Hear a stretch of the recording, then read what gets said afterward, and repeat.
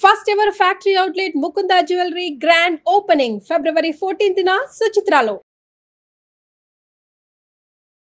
నమస్తే రమగారు. నమస్తే జయ. రమగారు, మనం ఎవరినైనా వద్దన్న పని చేస్తున్నారు అనుకోండి, ఏంటి ఉద్దాలకుడి భార్యలాగా వద్దన్న పనే చేస్తున్నావు అంటారు. అసలు ఆ కథ ఏంటండి? ఉద్దాలకుడు ఒక ముని, మహాభారతంలో వస్తుంది. ఓకే. అయితే ఈ ఉద్దాలకుడు ఏంటంటే ఆయన భార్య చెండి, ఆవిడ పేరు. మామూలు చెండిగా, చెండికే పేరుకు తగినట్టే. ఆవిడ ఏది వద్దంటే అది చేస్తానంటుంది. అన్నీ అంతే. చెయ్యి అంటే చచ్చినా చేయదు. వద్దన్న పని చేసేది ఉద్దాలకుడు పెళ్ళాం అనేదే పేరు. ఏమై తీయకు అంటే తీస్తుంది, తీయి అంటే తీయదు, చెయ్యికే అంటే చేస్తుంది, చెయ్యి అంటే చేయదు. ఏదైనా పనికి రాదు అంటే అది చేసి తీరుతుందన్నమాట ఆవిడ. అయితే ఏమైందట, ఈ ఉద్దాలక మహామునికి తండ్రికి పితృకార్యం వచ్చింది. నాన్నగారికి ఆయన తద్దినం పెట్టారు. ఏమే మా నాన్నకి తద్దినం పెట్టను నేను అన్నట్టు. పెట్టకపోతే ఎట్లా, పెట్టాల్సిందే అంది ఆవిడ. సరే, అక్కడి నుంచి నేను పిండి వంటలు వాళ్ళని వీడియో చేయటము అవన్నీ వ్యవహారాలు నేను చేయనే, ఊరికి నీళ్ళు వదులుతాను. అదేమిటి పిండి వంటలు చెప్పతే ఎట్లా, నేను గారెలు బూర్లు అన్నీ చేస్తాను, 16 పదార్థాలు చేసి మామగారికి తద్దినం పెట్టాల్సిందే అని. సరే, తద్దినం ఏర్పాటు అవుతోంది. నేను బ్రాహ్మణులు పిలవను అన్నాడు ఆయన. పిలవకపోతే ఎలా, పిలవాల్సిందే అంది.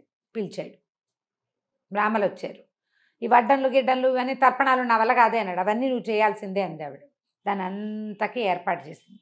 అంతా సాంగంగా పితృకార్యం గట్టెక్కేసరికి ఆయన చివరికి తద్దినాల్లో చివరి ఇదేంటంటే పిండాలు చేసి పెడతారు. అవును. తండ్రి పోతే తండ్రి, తాత, ముత్తాత ముగ్గురు పేరుతోటి 3 పిండాలు పెడతారు. ఈ పిండాలని నీటిలో కలపాలి, లేదా మరి అగ్నిలో వేస్తారు. ఆవుకి పెట్టేది కూడా ఒక విధానం ఉంటుంది, ఒక్కొక్క చోట ఒక్కోలా ఉంటుంది. నీటిలో కలపడం చాలా పెద్ద మంచి విధానం అని చెప్తారు. ఈయన ఈ అన్నీ జరిగిపోయినాయి కదా, ఆ ఉత్సాహంలో ఏమే వీటిని తీసుకెళ్ళి చెరువులో కలుపుతానే అన్నాడు. అనగానే చెరువులో కలిపేదేంటి, గాడిద గుడ్డు, ఇప్పటిదాకా చేశాను చాలు, పెంట మీద పడేస్తానని ఎత్తి పెంట కుప్ప మీద విసిరేస్తుంది. ఈయన కనుక నేను నీళ్ళలో కలపను అంటే కలపాలనేది అక్కడ దాకా వచ్చేసరికి ఆయన మర్చిపోయాడు. పాప మర్చిపోయేసరికి ఆవిడ తీసుకెళ్ళి ఎత్తి పెంట పోగు మీద విసిరేసేసి ఉద్దాలకుడు మండిపోయింది. అవురవురా, ఇంత కష్టపడి ఇంత చేసి నా తండ్రికి పెట్టవలసిన దాన్ని నువ్వు ఇట్లా పెంట కుప్ప మీద పెడతావు, శిలై పడిపో శపించాడు భార్యని. ఎంత భరించాడో ఆయన. గురువుగారి నెత్తి మీద భాండం పగల కొడుతుంది ఒకసారి, అది కూడా భరించాడు. ఇక్కడికి వచ్చేసరికి ఇక మండిపోయింది. నాన్నలకి మరి పెట్టిన తద్దినం ఫలితం లేకుండా పోయింది కదా, అదే కదా అనేసరికి అప్పటికి ఆవిడకి ఆ చెండిక ఎక్కింది కదా ఆవిడ మీదకి, నో అంటే చేసే గుణం. వెంటనే తగ్గిపోయి భర్త కాళ్ళు పట్టుకుంది. సగం శిలైపోతుండగా భర్త కాళ్ళు పట్టుకుంది. నన్ను రక్షించు, ఈ శిలగా నేను పడి ఉండలేను అనేసరికల్లా నరస్వరూపం మానవుడుగా జన్మించినప్పుడు అతని చేయి తగిలితే నువ్వు మామూలు మనిషి అవుతావని చెప్పేటాయి. నరనారాయణులు ఇద్దరు కృష్ణార్జునులుగా జన్మించారని చెప్తారు. అయితే నరుడు జన్మించింది ఎవరిగా, అర్జునుడిగా. ఆవిడ ఎంతకాలమో శిలగా అలా పడుంది, ఒక అడవిలో ఉంది. అయితే ఏమైందట, తర్వాత కాలంలో అశ్వమేధ యాగం చేశారు వీళ్ళు. ఎప్పుడు కురుక్షేత్ర సంగ్రామం తర్వాత. మొదట రాజసూయం చేశాడు. అవును.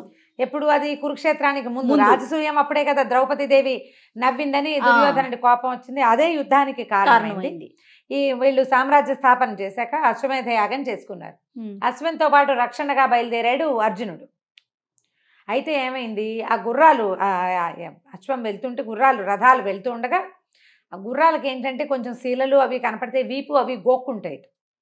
ఈ గుర్రం పోయి దాని వీపు రుద్దుకునేసరికి అతుక్కుపోయింది ఆ శిలకి, ఈ చెండి శిలకి. అది ఎంత లాగినా రాలే. అది ఏమైంది, గుర్రం అక్కడెక్కడో తిరుగుతోంది, అదే వస్తుంది అనుకున్నారు, రాలేదు. వెతుక్కున్నారు, కనపడింది ఇక్కడ. దాన్ని ఊడదీయటానికి ట్రై చేశారు, ఊడి రాల. ఏం చేయాలి, బలవంతంగా ప్రయత్నిస్తే గుర్రానికి దెబ్బ తగులుతుంది, యాగాశ్వానికి దెబ్బలు తగలకూడదు. దాన్ని ఒంటి మీద గీతలు పడి నెత్తురు రావటం, చిన్న ముళ్ళు కూడా గుచ్చుకోకూడదు, రక్షిస్తారు. యాగాశ్వాన్ని రక్షించడం అనేది కార్యక్రమం అనమాట. అవునవును. సైనికులు ఎంత ప్రయత్నించినా తీయలేకపోయారు, ఆ రాయి నుంచి అది ఊడి రాల. ఏం చెయ్యాలో తెలియలేదు. అర్జునుడు ఇప్పుడు సైనికులంతా ట్రై చేస్తున్నారు. అర్జునుడు రాజు కదా, ఆయన ఎందుకు చెయ్యేస్తాడు, ఆయన దూరంగానే నుంచున్నాడు. ఏ విధంగా ప్రయత్నం చేసినా ప్రయాణం ఆగిపోయింది, గుర్రం అక్కడ ఉండిపోయింది. ఏం చేయాలో తెలియదు. అప్పుడు ఆ సమీపంలో ఇక్కడ అక్కడక్కడ తిరుగుతుంటే ఆ అడవిలో ఒక పక్కన ఒక ఋష్యాశ్రమం ఉంది. సౌభరి అని ఒక ఋషి అక్కడ ఉన్నాడు. ఆ సౌభరిని నేను వెళ్ళి అర్జునుడు ఆయనకి నమస్కారం చేశాడు. ఇలాంటి పరిస్థితుల్లో ఉన్నావు, ఏం చేయాలో తెలియట్లేదంటే ఆయన తన దివ్య దృష్టితో చూసి చెప్పారా? ఆమె నీ కోసం వేచి ఉంది, కొన్ని ఘడియల్లో ఆమెకి తన శాప విమోచన ఉంది. భర్త ఇచ్చిన శాపం శిలవై పడిపో అని, నరుడి చేయి తగిలిన నాడే నీకు విముక్తి అని చెప్పాడు. కొన్ని ఘడియలే ఆమెకి శాప విమోచనానికి సమయం ఉంది, నువ్వు వెళ్ళి ఆ శిలను తాకితే వదిలిపెడుతుందని చెప్పాడు. చెప్పేసరికల్లా అర్జునుడు వెళ్ళి ఆ శిలను ముట్టుకుంటే ఆవిడ చెండిగా మారిపోయింది. ఆ శిల గుర్రాన్ని వదిలేసింది.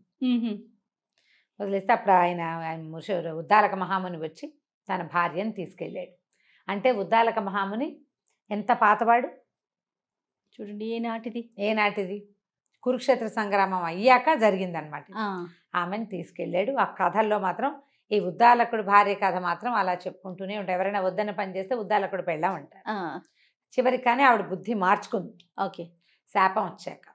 ఈ కథ చూడు, ఇంట్రెస్టింగ్గా ఉంది చూడండి. మామూలుగా కూడా మనం అట్లా వద్దన్న పని చేస్తూ ఉంటారు కదా. అవును, వద్దన్న పని చేసే వాళ్ళు పర్యవసానం ఇలా ఉంటుంది, ఖచ్చితంగా అనుభవించవలసిందే. కాబట్టి అన్నిటికీ నో చెప్పడం లేదా వద్దన్నదే చేస్తామని మొండికెత్తటం. అవును అవును, వీటి వల్ల పర్యవసానాలు మంచివి ఉండవు. ఏవో కొన్ని చేయాల్సే వస్తాం జీవితంలో, కొన్ని చేయాల్సి వస్తాం, కానీ ప్రధానికి కాదు కదా. అవునవును, కొంతమంది ఉంటారు రమ్మగారు, ఏది అంటే దానికి వ్యతిరేకమే, ఇంకంతే. అంతే, ఎడమంటే తెడ్డు. అంత విపరీత ప్రవర్తన ఉంచుకోకూడదు. ప్రతిసారి మనని మనం ఆలోచించుకుంటూ కొంచెం కొంచెం సెట్ చేసుకోవాలి. ఇలాంటి కథలు విన్నప్పుడు మనకు అర్థమవుతుంది. అవునవును, ఇది చేయకూడని పని. పితృకార్యాలు చేసేటప్పుడు అడ్డం పడకూడదు, అంత అక్కర్లేదు, ఇంతే చేయాలి అని అనకూడదు. దానివల్ల శాపాలు వస్తాయి. చాలా వరకు వింటుంటాం కదా రమ్మగారు, వద్దంటారు. ఇళ్ళల్లో వాళ్ళు వద్దనేస్తారు. ఇవన్నీ నేను చేయలేను. ఏడాదికి ఒకసారి చేయలేవు, చెయ్యాలి కదా. ఏమిటి మన ముందు వాళ్ళకి మనం ఇచ్చే గౌరవం? ఆ ఒక రోజుకి, ఆ ఒక పూట ఖర్చుకి ఎందుకు వెనక్కి తీయాలి? ఒక పూట శ్రమ పడలేమా? పండగలు పబ్బాలు ఇవైతే మాత్రం చాలా భారీ ఎత్తున చేసేసుకుంటాం, కానీ పితృకార్యాలకు అంత మాత్రం వెనుకంజ వేస్తాం. వెనుకంజేస్తారు. అది వేయకూడదు. వేసిన వాళ్ళకి ఇలాంటి పర్యవసానం వస్తుంది. తప్పకుండా అండి, మనం తెలుసుకోవటానికి అంటే పిల్లలకి చెప్తానికి కూడా, మనం తెలుసుకోవడానికి ఈ కథలు ఎందుకు చెప్పారంటే మన బుద్ధి కలిగి ఉండే పిల్లలకు కూడా మంచి స్టోరీ కదా. నమస్తే.